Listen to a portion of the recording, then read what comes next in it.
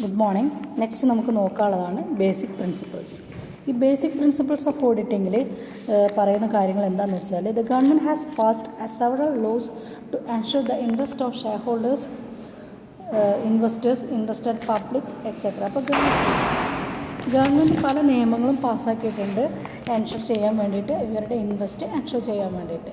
ആ corporate sector within the ലിമിറ്റിൽ നിന്നുകൊണ്ട് തന്നെ പല രീതിയിലുള്ള കമ്പനി ലോസിനെ നോംസും കാര്യങ്ങളൊക്കെ സ്റ്റാൻഡേർഡ്സും prescribe by the company law പ്രകാരം പ്രിസ്ക്രൈബ് ചെയ്തിട്ടുള്ള എല്ലാ സ്റ്റാൻഡേർഡ് നോംസുകളും കോർപ്പറേറ്റ് ഗവർണൻസ് ക്രിയേറ്റ് ചെയ്തിട്ടുണ്ട്.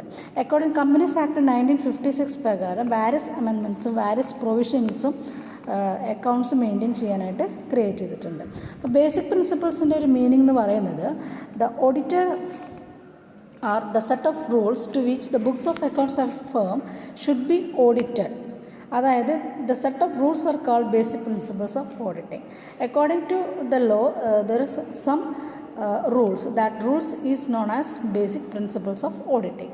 അതായത് ഓഡിറ്റിങ്ങിൻ്റെ കാര്യത്തിൽ അല്ലെങ്കിൽ ബേസിക് പ്രിൻസിപ്പിൾസ് ഓഫ് ഓഡിറ്റിൽ പറയുന്നത് ഒരു സെറ്റ് ഓഫ് റൂൾസ് ഉണ്ട്. എന്തിനു വേണ്ടിയിട്ടാണ്? To which the book of accounts firm should be audited. ഏതൊക്കെ ബുക്സ് ഓഫ് അക്കൗണ്ട്സ് ആണ് ഒരു ഓഡിറ്റർ ഓഡിറ്റ് നടത്തേണ്ടത് എന്നതിനെ കുറിച്ചിട്ടുള്ള കുറച്ച് റൂളുകളുണ്ട്. ആ റൂളുകളെയാണ് നമ്മൾ എന്ത് പറയുക, ബേസിക് പ്രിൻസിപ്പിൾസ് എന്ന് പറയുന്നത്. അത് നമ്മൾ കഴിഞ്ഞ ക്ലാസ്സിൽ പഠിച്ച കാര്യങ്ങൾ തന്നെയാണ്. എന്നിരുന്നാലും ഫസ്റ്റ് വൺ പറയുന്നത് ഇൻറ്റഗ്രിറ്റി, ഒബ്ജക്റ്റിവിറ്റി ആൻഡ് ഇൻഡിപെൻഡൻസ്. നമ്മൾ കഴിഞ്ഞ ക്ലാസ്സിൽ പറഞ്ഞ കാര്യങ്ങൾ തന്നെയാണ്, അതുകൊണ്ടാണ് ഞാൻ കുറച്ച് സ്പീഡിൽ പോകുന്നത്. നമുക്കറിയാം ഇൻറ്റഗ്രിറ്റി, ഒബ്ജക്റ്റിവിറ്റി ആൻഡ് ഇൻഡിപെൻഡൻസ്. ഒരു ഓഡിറ്റർ എന്ന് പറയുന്നത് എപ്പോഴും സ്ട്രെയിറ്റ് ഫോർവേഡ് ആയിരിക്കണം, ഹോണസ്റ്റ് ആയിരിക്കണം, സിൻസിയർ ഇൻ ഹിസ് അപ്രോച്ച് ആയിരിക്കണം. അതുപോലെ തന്നെ not allow any personal bias or prejudice to overcome his objectivity. അതുപോലെ തന്നെ ഇമ്പാർഷ്യൽ ആറ്റിറ്റ്യൂഡ് പാടില്ല. കൺസിസ്റ്റൻ്റ് ആയിട്ട് ഇൻഡിപെൻഡൻ്റ് ആയിട്ട് ഇൻറ്റഗ്രിറ്റിയോട് കൂടിയിട്ട് പ്രവർത്തിക്കണം ഒരു auditor. Then second one, the confidentiality. The auditor should maintain strict confidentiality of the information occurred in the course of his audit work. ആ ഒരു ഓഡിറ്റ് വർക്കിന് വേണ്ടിയിട്ട് സ്ട്രിക്റ്റ് ആയിട്ടുള്ള കോൺഫിഡൻഷ്യാലിറ്റിയോട് കൂടിയിട്ട് വേണം ഒരു ഓഡിറ്റർ പ്രവർത്തിക്കാൻ. Then skills and competencies.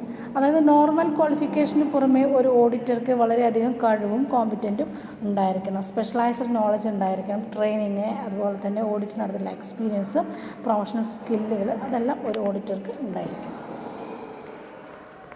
Next പറയുന്ന വർക്ക് പെർഫോംഡ് ബൈ അതേഴ്സ്. ഒരു ഓഡിറ്റർ അദ്ദേഹത്തിൻ്റെ ജൂനിയർ ഓഡിറ്റേഴ്സ് ഉണ്ടായിരിക്കും. അവർ ചെയ്യുന്ന വർക്കിംഗ് പേപ്പേഴ്സ് ആയാലും അവരുടെ കോൺഫിഡൻസിന് ഒരു കോട്ടവും തട്ടാതെ ആ ഓഡിറ്റർ പ്രോപ്പറായിട്ടുള്ള ഗൈഡൻസും പ്രൊവൈഡ് ചെയ്തിട്ട് അവരുടെ എല്ലാ സജഷൻസും ആക്സെപ്റ്റ് ചെയ്യാനുള്ളൊരു മനസ്സ് ആയിരിക്കേണ്ടതാണ് ഒരു ഓഡിറ്റർക്ക് ഉണ്ടായിരിക്കണം. നെക്സ്റ്റ് പറയുന്ന ഡോക്യുമെൻറ്റേഷൻ. ഡോക്യുമെൻറ്റേഷൻ എന്ന് പറയുമ്പോൾ an auditor should collect all documents according to their importance of materiality. എത്രത്തോളം ഇമ്പോർട്ടൻസ് ഉണ്ടോ അതിനനുസരിച്ചിട്ട് ഓരോ മെറ്റീരിയലും അല്ലെങ്കിൽ ഓരോ എവിഡൻസും he should collect. Valuable information, അക്കൗണ്ട്സിനെ കുറിച്ചുള്ള സ്റ്റേറ്റ്മെൻറ്റുകളായാലും നോട്ട്സുകളായാലും വാല്യുബിൾ ഇൻഫർമേഷൻസൊക്കെ ഓഡിറ്റിന് വേണ്ടിയിട്ട് കളക്ട് ചെയ്യുമ്പോൾ അത് വളരെ പ്രോപ്പർലി അറേഞ്ചും കെയർഫുള്ളി ആയിട്ട് പ്രിസർവ് ചെയ്ത് വെക്കുകയും വേണം. ഈ പേപ്പേഴ്സാണ് ശരിക്കും പറയുകയാണെങ്കിൽ ഒരു ഓഡിറ്ററിൻ്റെ അസറ്റ് എന്ന് പറയുന്നത്, അല്ലെങ്കിൽ ഒരു ഓഡിറ്ററിൻ്റെ അസറ്റ് എന്ന്, അല്ലെങ്കിൽ എന്താ പറയുക, പ്രോപ്പർട്ടി എന്ന് നമുക്ക് പറയാൻ പറ്റും. Next planning of audit. നമുക്കറിയാം നമ്മൾ എന്ത് കാര്യം ചെയ്യുമ്പോഴും പ്ലാൻ ചെയ്യേണ്ടതുണ്ട് അല്ലേ. അതുകൊണ്ട് തന്നെ the auditor should plan his work to enable him to conduct an effective audit. ഒരു എഫക്റ്റീവ് ഓഡിറ്റ് നടത്താൻ ഒരു ഓഡിറ്റർ മസ്റ്റായിട്ട് പ്ലാൻ ചെയ്യണം. അപ്പോൾ എന്തൊക്കെയാണ് ഓഡിറ്റ് പ്ലാനിൽ വരിക?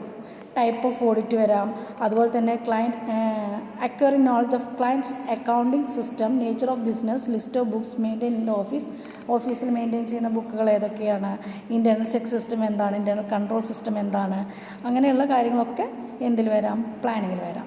പിന്നെ ഇൻറ്റേർണൽ ചെക്ക് സിസ്റ്റം, അതിൻ്റെ സ്കോപ്പും അതുപോലെ തന്നെ ഇൻറ്റേർണൽ കൺട്രോൾ സിസ്റ്റം എത്രത്തോളം നല്ല രീതിയിൽ നടത്താൻ പറ്റും അതിനെക്കുറിച്ചൊക്കെ ഡീറ്റെയിൽ അവയർനെസ് ഉണ്ടാവുക.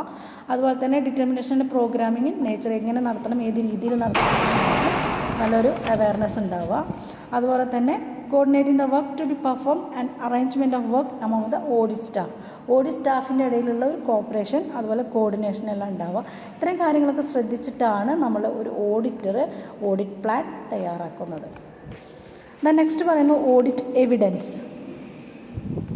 ഓഡിറ്റ് എവിഡൻസ് എന്ന് പറയുന്നത് the audit evidence is the satisfaction to frame his report and form opinion as financial informations.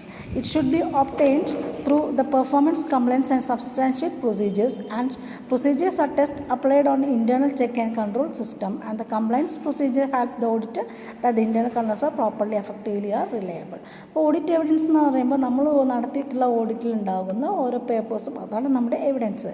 The performance compliance and substantiate procedures നമ്മൾ നടത്തിയിട്ടുള്ള പ്രൊസീജിയറുകൾ ആ സിസ്റ്റമാറ്റിക് വേ അതെല്ലാം നമുക്ക് എന്തിൽ പെടുത്താം, ഓഡിറ്റ് എവിഡൻസിൽ പെടുത്താം. അതിന് നമുക്കൊരു പ്രൂഫായിട്ട് എടുത്തു വയ്ക്കാം.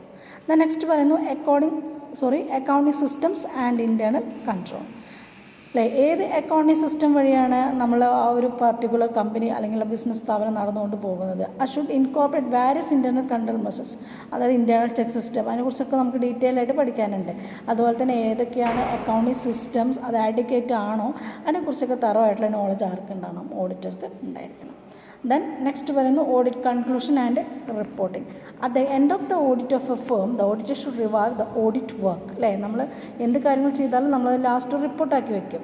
He should express his opinion on the financial informations on the basis of review and analysis of evidence, knowledge and business, he skill and experience. അദ്ദേഹത്തിൻ്റെ കഴിവും എക്സ്പീരിയൻസും നോളജും എല്ലാം വെച്ചിട്ട് ഒരു ഓവറോൾ കൺക്ലൂഷൻ ക്രിയേറ്റ് ചെയ്യുന്നുണ്ട്. അതിനെയാണ് നമ്മൾ ഓഡിറ്റ് റിപ്പോർട്ട് എന്ന് പറയുന്നത്. ഈ ഫിനാൻഷ്യൽ ഇൻഫർമേഷൻ പ്രിപ്പയർ ചെയ്യുന്നത് അക്കൗണ്ടിങ് പോളിസിക്ക് അനുസരിച്ചിട്ടാണോ, അത് കൺസിസ്റ്റൻ്റ്ലി അപ്ലൈ ചെയ്യുന്നതാണെന്നൊക്കെ നമ്മൾ അതിൽ നോക്കണം. അതുപോലെ തന്നെ whether the financial informations complies with relevant regulation and statutory requirements.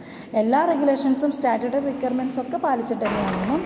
അതുപോലെ whether there is adequate disclosure of material matters relevant to the proper presentation of financial information. നമുക്ക് ക്രിയേറ്റ് ചെയ്തിട്ടുള്ള ഈ ഒരു ബിസിനസ്സിൽ പ്രോപ്പറായിട്ട് തന്നെയാണോ എല്ലാ മെറ്റീരിയൽ മാറ്റേഴ്സും പ്രൊവൈഡ് ചെയ്യുന്നതിൽ കൂടി നോക്കണം. ഇത്തരത്തിൽ പ്രോപ്പറായിട്ടുള്ള റിപ്പോർട്ടും കൂടി ക്രിയേറ്റ് ചെയ്യുക. ഇതും ഒരു ബേസിക് പ്രിൻസിപ്പിൾ വരും. പിന്നെ നമ്മൾ പഠിച്ചതാണ് രണ്ട് രീതിയിലുള്ള റിപ്പോർട്ട്, ക്ലീൻ റിപ്പോർട്ടും ക്വാളിഫൈഡ് റിപ്പോർട്ടും. നമ്മൾ ജനറൽ പ്രിൻസിപ്പിളിൽ പറഞ്ഞിട്ടുണ്ട്. അപ്പോൾ ഇത്രയും കാര്യങ്ങളാണ് ബേസിക് പ്രിൻസിപ്പിൾസിൽ വരുന്നത്. കുറച്ച് സ്പീഡിൽ പറഞ്ഞത് നമുക്കറിയാവുന്ന കാര്യങ്ങളാണ്, ജസ്റ്റ് ഒന്ന് പറഞ്ഞേന്നുള്ളൂ. ഒന്നുകൂടി പറയാം. Integrity, objectivity and independence, confidentiality, skills and competence, work performed by others, documentation, planning of audit evidence, accounting systems and internal control, and audit conclusion and reporting. ഇത്രയാണ് ബേസിക് പ്രിൻസിപ്പിൾസിൽ വരുന്നത്. കഴിഞ്ഞ ക്ലാസ്സിൽ നമ്മൾ പഠിച്ചത് ജനറൽ പ്രിൻസിപ്പിൾസ് ഓഫ് ഓഡിറ്റ്.